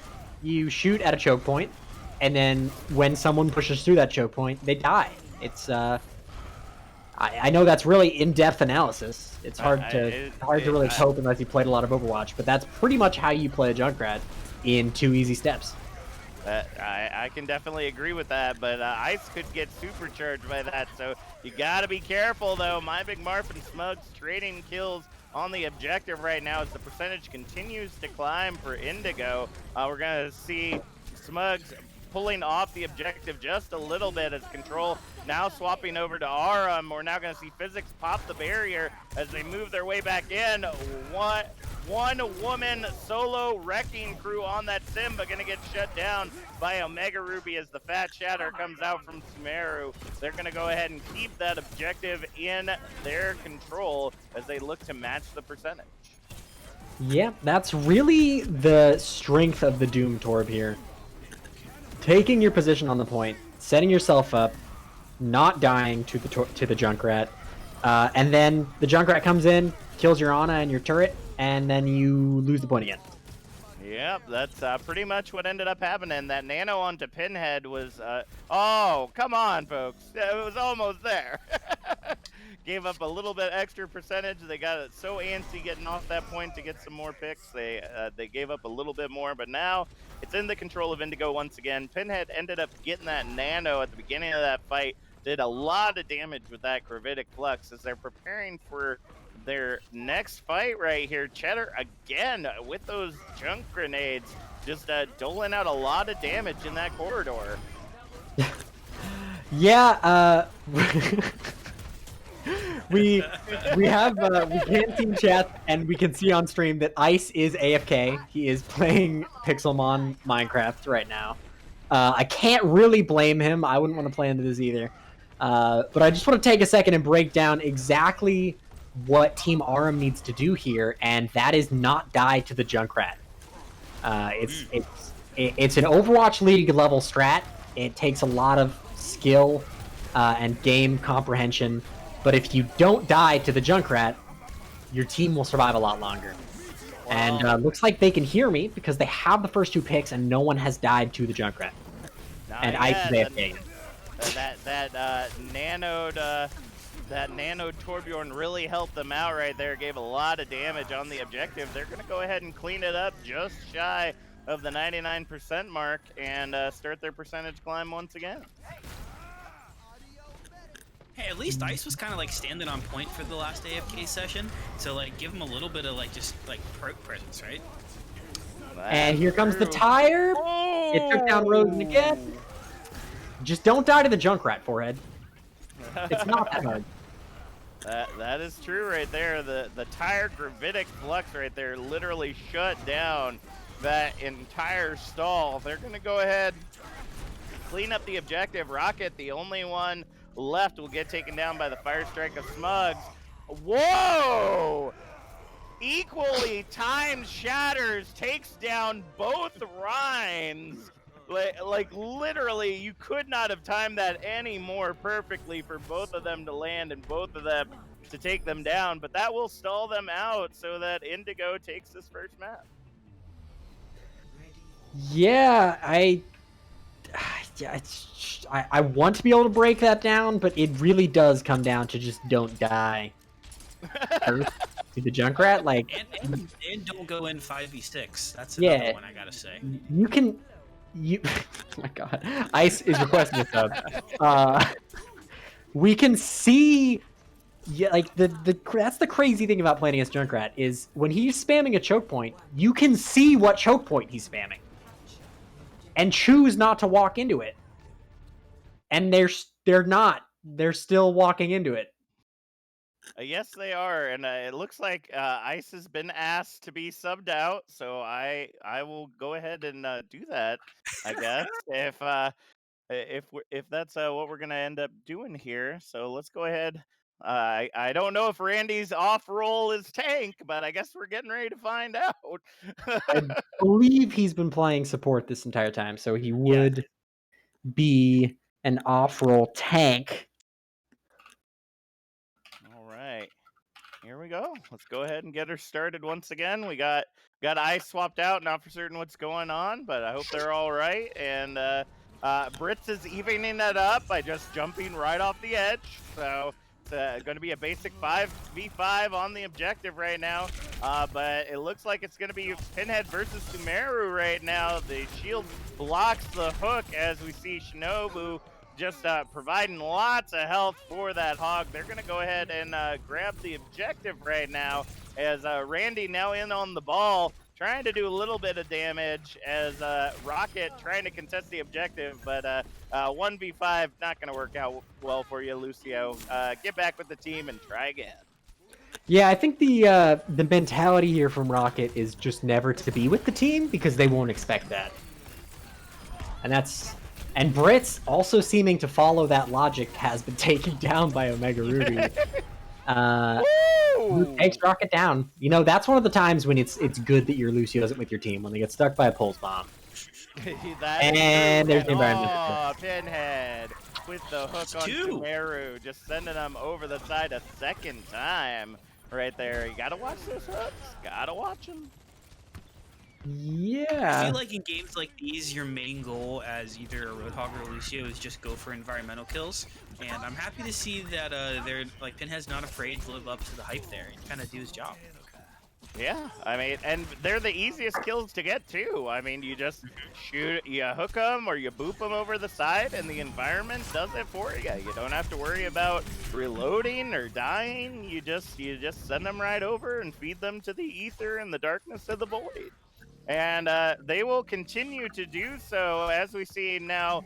Aurum going ahead and taking control of the objective with Indigo at 61% right there.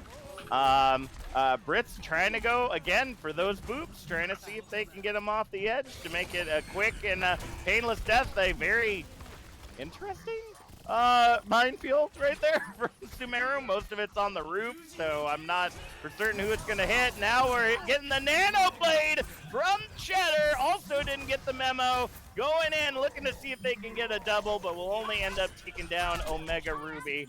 They're going to go ahead and shut this down and probably retake control of the objective. Yeah, Rocket actually did a really good job contesting here. Does get taken down right as I say that. He stayed alive for a solid, I want to say 10% on the point there, just chilling while both tanks are there.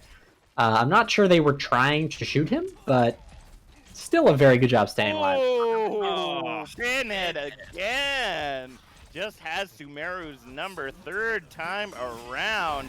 And now we're going to see the Nano Blade come in from My Big Marf, looking to see if they can tie it up. Shinobu goes down, and that's it. Literally, they took out each other's Anas, and that was it. So they're going to take this objective once again. Randy getting the double kill there at the end of that. Just shy again of the 99% mark as they take control and start it up again. Yeah, and we are being pointed out in chat by Peter6G that Rocket has gone 100 and I want to say 45%, 125% of the map, and just now gotten their first beat, which is pretty impressive. I think that's almost as good as AKM Blades. I think slightly better than an AKM Blade. But Sumeru, as we say that, getting 2 environmental kills with that whole hog there, making up for all the times that they've been launched right off the map. That's true. Another full, beautiful sleep dart in there from Rosen. Will end up getting taken down by Cheddar regardless. But they are still holding control. Pulse Bomb taking down My Big Marf. as they stand right next to Sumeru right there. Not a good position to be in, but they're headed into final fight territory. Minefield now going on to the objective for Smugs as Pinhead. I don't know if they ended up getting booped off by Randy or Yeah. they just stepped Booped off. off by Randy. Booped off by Randy. You know, you take Sumeru down so many times.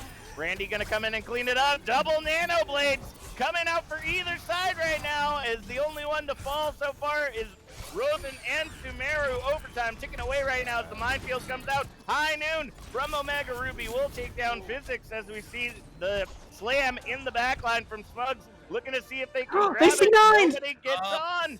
They C9'd it, Oh all my. 3 of them. Ladies and gentlemen, that is a genuine Charlie Niner. Niner. Oof. Oh, Oh, that's a legit one too. That's not even like possibly. That is like a Shanghai Dynasty C9. It just means we get to watch more Overwatch. I don't see what Exactly. the problem is. If it were the last think map, I would be worried. I think ice was the problem now that we see it. It's almost like playing 5v6 kind of puts your team at a disadvantage here. So big shout out to Randy there coming in, right? Yeah. well, to be fair, and Ice did say it before this, Marf was in and Rocket was on Lucio, so they were pretty much still playing 5v6 when he left. That's fair. That was like 2v6 on that first fight Ice was in. Oh my god. Oh goodness! And now we're yeah. seeing the double shield coming out for the side of Indigo. Cheddar on the Doomfist gonna take down Rosen very quick, but the res is gonna come in from Rocket as My Big Marf on that Pharah just doling a lot of damage from the sky, and they're gonna go ahead and quickly take this first point.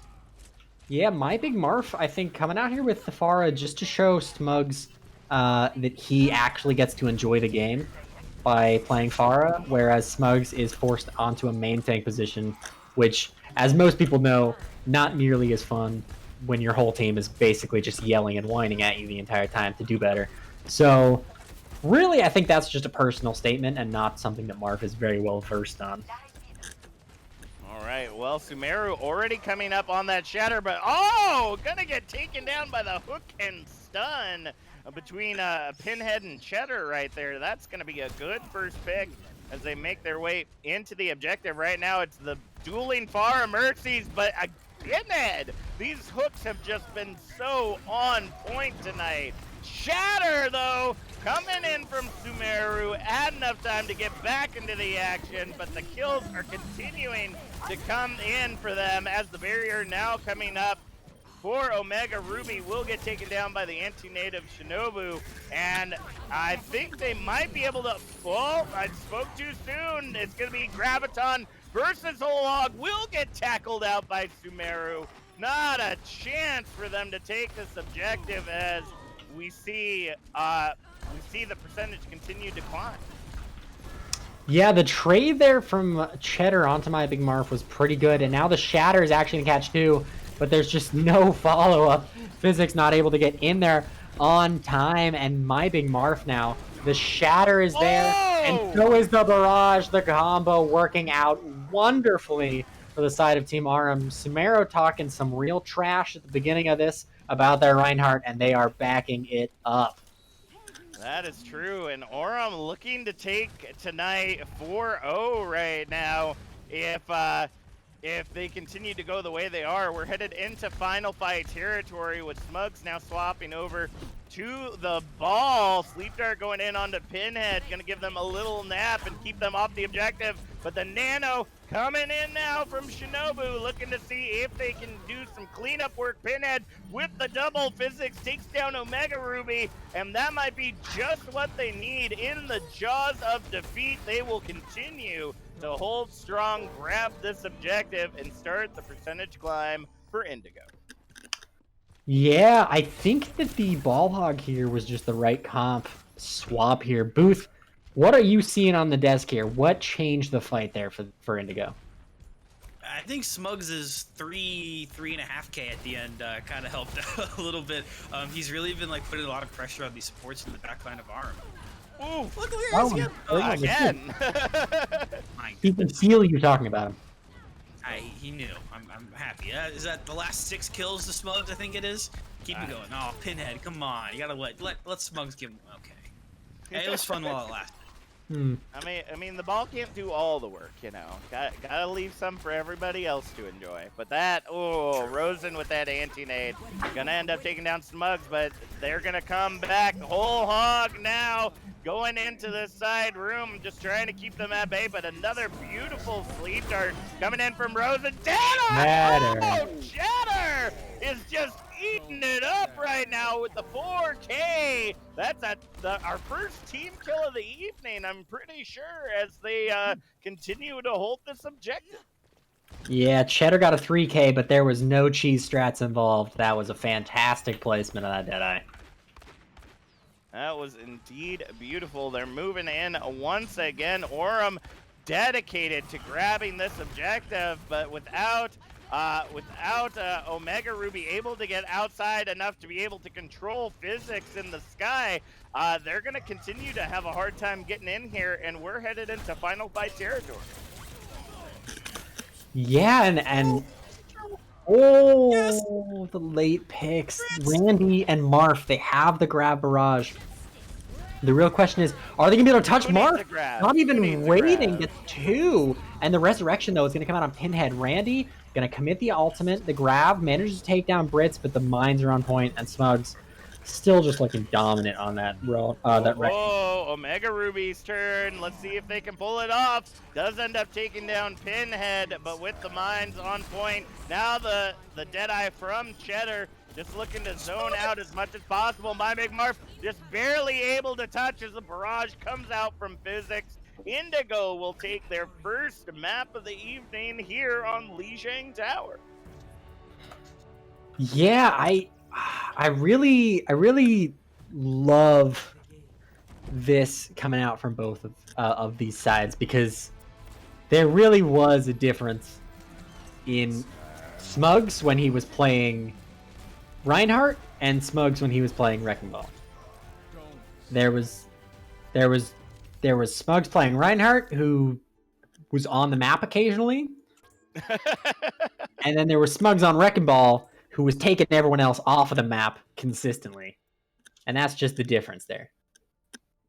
That is definitely a good place to be. As I go ahead and get us set up for our final map, we'll be headed to Ilios, if I remember correctly, for our team roll lock, which means each map will be a specific role and only that role. If we head to Ruins, it's all DPS. If we head to Lighthouse, it's all supports. And if we're on well, then it's all tanks, baby. How do you think that this is going to turn out? Do you think that that Indigo can bring it back after cheesing it so much this evening? I think at this point it's all about pride, right? Mm-hmm. Yep. Mm-hmm. I can. You can't. You're not playing this last map to win it all, because you've lost already. That's just how math works. But you can win these next 2 maps just to say that you won them. Mm-hmm. And I think it just comes down to like really just kind of pure skill now, right? I mean, there's not really any kind of like, you can kind of have an idea of what you're gonna do, and like especially like on tanks, or when you have like a Reinhardt and then a Sigma, if you just pick a target to try to burst down, I mean, it kind of can like focus a high HP target, but it's really just skill, right? I mean, there's no strat. Like what kind of strat is someone gonna sit down and be like, all right, Spanish Inquisition, here's the plan. We're going to do this and this. Look out for this. Rotation across this way. Make sure you're saving the resources here. No. It's literally just people running around with their heads cut off, playing Mercy when they don't even play support in the first place. And it's just it's just skill. That's all it comes down to. Who gets the pick? And we do have a tragic update. Ice did not catch the Raikou. Oh. So he left the map there and didn't catch the Raikou. And that's got to tilt him heading into this last map. He's got to be out of his mental. That is nuts right there. That being said, I do think there are strats you can run on Team Roll Lock. I think with Spanish Inquisition and DPS especially, there are genuinely things that you can do to work together as a team to try and win the game, as opposed to just clicking on heads more efficiently. I think you can run comps like on Spanish Inquisition, right? You run the Moira, you run the Brigida, and then you run the Baptiste. Pocket ultimate, keep your team up, let them build up those coalesces, and then you run the Zenyatta for that extra damage output. And then you run the Lucio to get your team there faster, and you run the Mercy so you have the Resurrect at the end of the fight. But the issue with that composition is that you don't have the Ana, you don't have the anti-nade. So what you do is you swap out the Mercy, because Mercy's bad, and then you run Ana, and all you really need to do is land an anti-nade, and your team wins the game. That's fair. I mean, like, the res probably isn't terribly important because it's not like there's poke damage coming through on you. You're going to heal through a lot of that in the first place. And, I mean, if someone ends up dying, it's not like you lose sustain on your team. You still have 5 more healers lined up and ready to keep people up with. So those anti-nades, I think you have to run the Ana. I don't remember the comps exactly we saw last night back in the Harmony tier, but I wanted to say, at least at some point, we didn't see an Ana come out, and it ended up really hurting. I'm really sad I don't remember which team was which, but I remember the Ana was really dominant here on Lighthouse. Yeah, absolutely. I believe it was Team Indigo not running the Ana. They were opting for that Mercy, for that damage boost. And it was less than effective. We are seeing the Anas from both teams here. My Big Marf opting not to run the Moira, instead choosing the Mercy, and I don't think that's a good idea. I think you just get so much more damage out of the Moira. But then again, we'll see how it works as they come into this first fight. You could pocket Ice there, though, if you're Marth. And, I mean, Ice was Season 3 MVP, basically doing mad work there on that Zenyatta a lot of times in the first place. So maybe the time for it. We're going to see how the things open up here. We see the high ground on the side of ARM kind of being used here. The Immortality coming out early on with Marth going down to the anti-nade there from Smugs. No res available here. And now Indigo has the position here. It's going to be hard for ARM to push through. And now Marth going over to the Moira, actually switching off of that Mercy. But a good pick there from Rosen. Catching out Smugs there a little bit, but Rosen kind of isolated there, ends up then falling. The rest of Indigo peeling pretty well there, and RM kind of split up here a little bit. You see Randy taking a pretty aggressive hold there on the Lucio. Doesn't really need to worry about healing for the team. It can just be that Reddit Lucio going for picks, but as that's happening, a fight building up around point here. You do see Marth getting that pick on the Sorcery Pepe and the Immortality going down now for the side of Indigo. So ARM's going to push into point here, start taking up some progress, and actually the point will flip just under 30% here, and now we see Shinobu switching over to that Mercy. Pinhead does get the boop there on the Peters at the end. That's one environmental down for the night, but with that happening, Smugs does end up falling now, so Aurum gonna have some time to regroup here, gonna try to push in here and catch Sorcery Pepe off, but so far it's really just who's getting those first picks in these fights.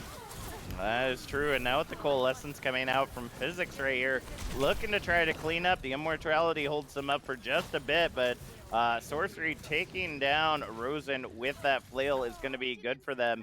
And I think the difference that we're seeing between the two teams is when they're choosing to run together. Like, as supports, typically you're used to being in the back line by yourself right there, but Randy just solo cleaning up the objective right now as the Nano now going in, looking to see if it can hold everything together and they can reclaim the objective rather quickly. It is the Randy show on the objective. Ended up getting 4 out of the 6 kills there, and they're going to flip it right back over. Yeah, now they're going to be pushing straight up into spawn. Actually, you see Rosen going real deep there on the Brigida, trying to get that Mercy, as they end up popping the rally just to stay alive. And they're going deeper. They're going right to the spawn door. And that's exactly what I see. Ice throwing out the Transcendence, blocking. You're not able to get out of here. It does end up falling back there as the side of Indigo pushes out with some ults here. And now the beat drop coming out from Randy just to try to stay alive here. Not hitting anyone else. My favorite kind of beat there. The sleep, though. Oh, goodness. Smugs around the corner. An insane job there, but now the rally coming out over on the side of Sorcery Pepe. Indigo taking a lot of more space here, but Ice does pick out Smugs. They don't have the anti-nade anymore on the side of Indigo. So RM gonna fall back into point, but they still are up here. But the beat drop from Pinhead's gonna give them a little bit of more room to go in. You see Sorcery Pepe getting real deep here, trying to get that one shot in on the break, but ends up falling again to Ice. Ice just been insane on this Zenyatta so far. And with that going up now to about 90%, Indigo's going to be struggling to get back into the point and have any kind of real contest here. And I think that that's something that we're continuing to see from these two teams, is especially when you're running all healers, which I've actually done in quite a few comps. Ooh, big sleep right there. Wow. It's all about sticking together so that your regenerative properties heal one another the entire time. And if they stay together, it's going to work out. Yeah, it is, and there's still the contest. Indigo coming in here, but Ice just cleaning up again. Another 2K at the end. We saw Rosen taking out Smugs as well, and RM looking pretty solid there. I mean, you really started to see maybe some of the support plays shining through there. I mean, how much Ice was in that kill feed. A lot of investments there. We saw Nano Boost over. We saw Mercy Pockets there, and now that we go over to well, we will be going all tanks if I'm not mistaken. Mm-hmm. Yes, let me type that out there for the players. No worries. There we go. Thank you, Jack. And a real fun one we saw a lot yesterday was how many environmental kills you were seeing out of all these teams. I mean, the Wrecking Ball has the boot potential. We saw the hooks, of course. We saw the pulls, and oh my goodness. It was a real fun one to watch here so far. And the Diva boots as well. So it's really going to depend who goes into the well first. I mean, there's not really any healing for anybody. So just who can you get down first without taking any poke? My bet is on mine. I mean, yeah. I mean, we saw Pinhead getting a hook after a hook during Li Jiang. So I would not be surprised if they end up getting it first right there. Physics opting for the Diva over the Zarya. I find that interesting. Still no environmental kills. They've been stolen every time. It does give off some damage there, not playing that Zarya. But you have to be so passive because you're not going to have the healing there. I think the Diva can sometimes help out. You do have a little bit more of the boosters here, considering how much environmental play is going to be going on. But with that being said, Arm is going to clean up here a little bit. Seem to have a lot more of that damage, but as that's happening, Indigo, oh my goodness. So Sorcery Pepe just got credit for the environmental right there. Wow, that's I didn't expect that. You know, sometimes I forget that rock does push you back a little bit, and Sorcery Pepe just on it right there. I think that was, we definitely had a couple environmental kills that fight there. We saw how long it took for the teams to end up getting any tick progress. RM ended up flipping it over, but now with Randy falling, you're going to see the side of Indigo probably pushing in pretty aggressive here. Smugs trying to rotate the shield across. And now Cheddar switching over to that Zarya. They're going off with the Roadhog, actually. No Roadhog on the side of Indigo. So a lot of shield break gone, and more importantly, that hook. But Cheddar making up for it right away, taking out Omega Ruby. You do see the Diva Bomb coming out from Physic, just trying to get the remake there, maybe get a couple of kills. Going for the boop on Ice, ended up having the heart in there to not go down, but as Marth falling, but Sorcery Pepe lifting up two, smashing them down onto the ground. Indigo just gonna clean up here with only 38% of the clock given there, and now they're gonna have a few ultimates online to open up this next fight with. And that's the great thing about running this all tanks meta right here, is the fact that ultimates like Sorcery Pepes, who would typically get countered out by like a beat or a Transcendence or an Immortality field, not an option. So all you gotta wait for them to get low enough, and it's a play city right there. Oh, a big grab coming out over from Marth and picking up a few, but Cheddar still gets the other pick there onto a Mega Ruby. The Diva Bomb coming out from Rosen, not able to find any, but with the Reinhardt falling now, you see RM getting a lot more aggressive. The Shatter coming, they're not able to land Shinobu, taking out Peter before the ult's able to connect, with Ice now falling as well. Gonna be a scrum left out on the point here. We see Marth, high energy, taking down Cheddar in the fight, but ends up falling to Smugs with just a sliver of HP left. Gonna try to get the health pack here. And now Indigo gonna set back up. Not gonna have tons of ults left. Pinhead getting close to that Shatter. And now we see some swaps going through. Randy over to that Sigma now. And Marth over onto the Wrecking Ball. But now the Shatter coming through from Pinhead, picking up a few. But so low in HP, has to fall back. Ends up falling to Ice and Rosen. Cleaning up Shinobu as well. And now RM goes into this fight onto a 4v6. You see the Peter there going in onto the Winston, taking a lot of space, but the bomb now coming out from Physics. They're trying to get the pull combo with it, but there's too many barriers. They're able to hide, but in the process, they end up flipping the point over Arum now. The ultimate zoning off enough of Indigo that they can take over, pushing up to 50% now. Well, the kills kind of coming their way here. We do see Divas being traded each way, and with Marth getting the pick there onto Pinhead, Arum gonna be kind of holding on to point here a little bit and regrouping. That is true. And oh, whoa! That was impressive right there. Sorcery Pepe ended up getting saved by Smugs' ult after we saw them get hooked into the well. That's an oof right there. But as we were talking about in the chat, that Diva Bomb against 3 shields, you know, it was just perfect. Oh, that's a big hook. It is, got the grab off. They were trying to get the combo there with the Diva Bomb, I think it was, but not able to connect any. And now 2 big picks there for the side of Arum. We do see the lift here coming out from Sorcery Pepe. Picks 2 again! Yeah. Ice and Randy both falling. Sorcery Pepe pushing in, trying to take out Marth, which is a sliver of HP. We see 2 environmentals there. Cheddar falling off the map along with, I think it was Peter. And now it's just a little bit of a fight coming through. We do see the whole hog coming out now over from this Roadhog, trying to give a little bit of space, but the Diva Matrix is there to mitigate most of it. Pinhead does end up falling, and now trades coming around each way. A big pull coming through. Omega Ruby going off the edge. Smugs coming through big for the team here. Shinobu finishing off Ice, and now as the point reflishes, where it's going to be getting close to last fight territory here for both of these teams. That is absolutely true, and I mean, Sorcery Pepe just seems to be like a tank unhinged right now. We've seen them playing DPS the majority of the evening, but over and over again, just getting the Rock in the best position to take down My Big Marv, like even getting them in the sky before a slam with that Rock. It's just perfect timing every single time.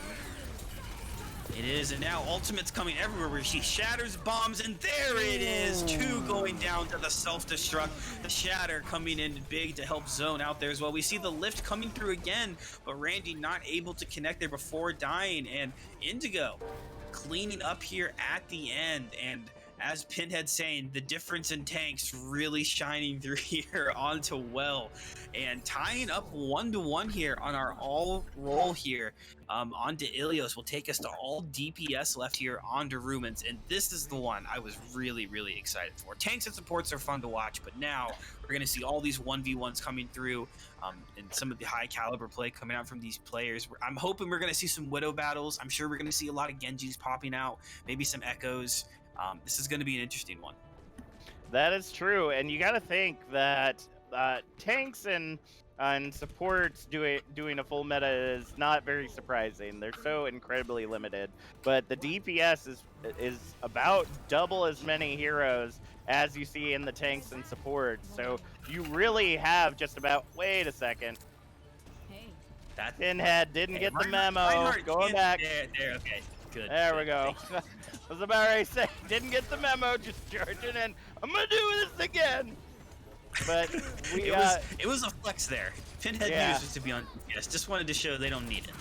Absolutely. Yeah, we could take a 5v6, no worries.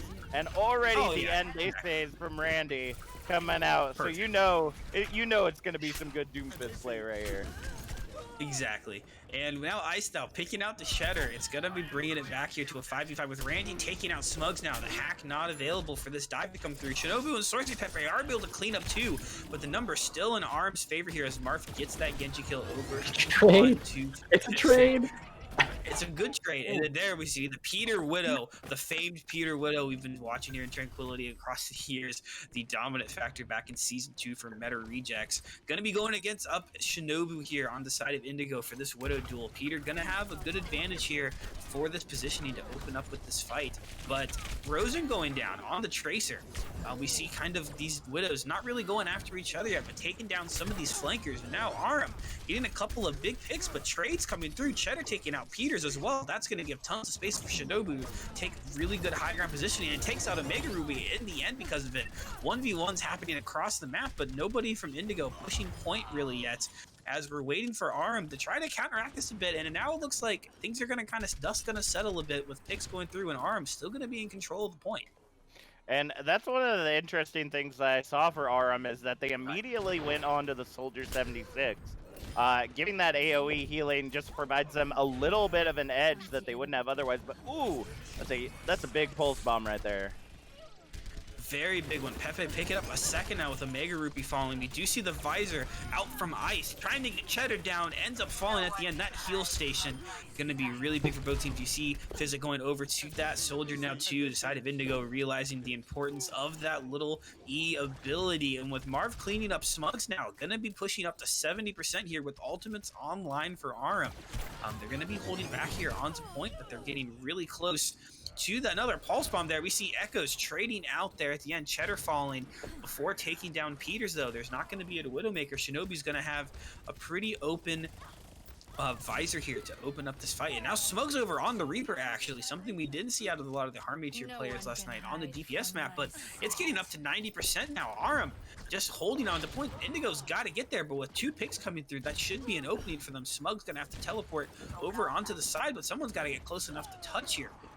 And there, Smugs does touch at the end, but Ice ends up picking him. There's only 2 left on point. Arum still have a good chance of winning this one. That is true. The continued hold right now coming in for Physics, using that heals. That's exactly what you need, but Rosen going into that backline, cleaning it up right now, and that blade is going to probably solidify this. They're continuing to feed into the objective, but I hate to say it, but I think Aurum has taken this objective regardless.